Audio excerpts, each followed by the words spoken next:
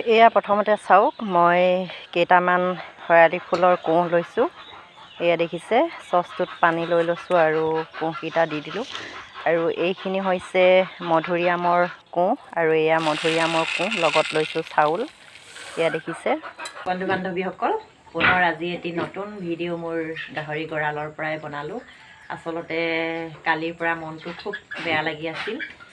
এয়া কথাটো চাওকচোন, এইকেইটা দেখিছে খুব ধুনীয়া ধুনীয়া গাহৰি পোৱালি 3টা মই নতুনকৈ আনি থৈছিলোঁ। আৰু কি হ'ল, কালিৰ পৰা তেহেঁতি মানে আগবেলা দানাখিনি মই দিলোঁ আৰু পিছবেলা ল'ৰাটোৱে দিলে। কি কৰিলে নাজানো, গাহৰিকেইটা দানা নোখোৱা হৈ থাকিলে।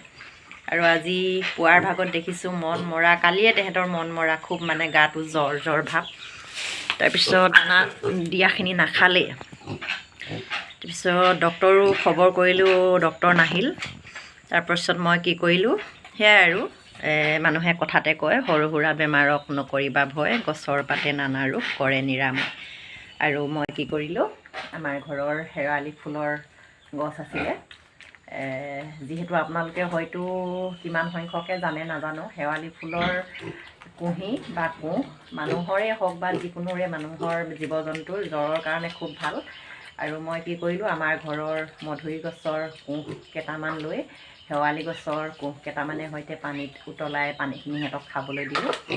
হয়তো সেই শেৱালি ফুল আৰু মধুৰি পাতে গেছৰ প্ৰব্লেম অকণমান দূৰ কৰিলে আৰু শেৱালি ফুলে তেহেঁতৰ মানে জ্বৰটো অকণমান মানে কণ্ট্ৰল কৰিলে।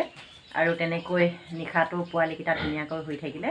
আৰু এতিয়া চব ৰাতিপুৱা এতিয়া মই অন্যান্য এইবিলাক লচকচি আৰু যিহেতু কলগছৰ পাত গাহৰিৰ কাৰণে খুব ভাল, কুমলীয়া কলগছৰ পাত ছিঙি দিলোঁ।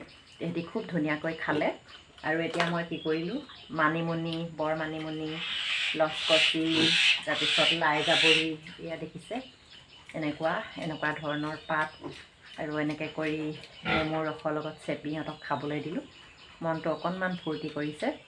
আৰু আপোনালোকে যিসকলে মানে এইকাৰণে ভিডিঅ'টো বনালোঁ, আপোনালোকে যিসকলে গাহৰি পুহিছে ন, পোৱালি যদি তেনেকৈ অকণমান কিবা অসুখ হয় আপোনালোকে ভয় নকৰিব।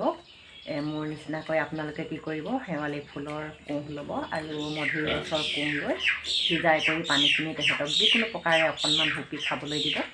তাৰপিছত আৰু কি কৰিলোঁ, দানা যদি তেহেঁতি নাখায় মানে কি কৰিব, শুকান মাছৰ গুড়ি, যিকোনো মাছ হ'লেই হ'ব, কেৰাহীত খুব সুন্দৰকৈ শুকান কৰি ভাজি ল'ব আৰু সেই মাছৰ গুড়িৰ লগত গৰম ভাতৰ লগত সানি পেলানি খাবলৈ দিব। মাছৰ গোন্ধ পালে তেহেঁতি এটা দুটাকৈ ভাত খাবলৈ আৰম্ভ কৰিব। আৰু তেনেকৈ আপোনাৰ গাহৰি পোৱালিকেইটা ভাল হ'বলৈ যত্ন হ'ব। আৰু এনেকৈ সেইটো কাৰণে মই আপোনালোকলৈ অকণমান ভিডিঅ' এটা যুগুত কৰি দিলোঁ।